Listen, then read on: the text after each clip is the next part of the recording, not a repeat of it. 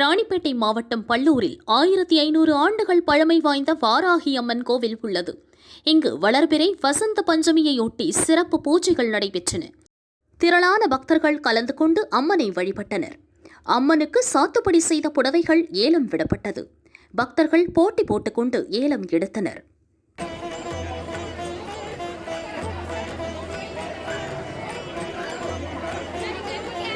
தள்ளி வாங்க, வழி நிற்காதீங்க, போய்விடுங்க. நீங்க வாங்க, நீங்க வந்துருங்க, நீங்க தள்ளி வாங்க, வாங்க தள்ளி வாங்க.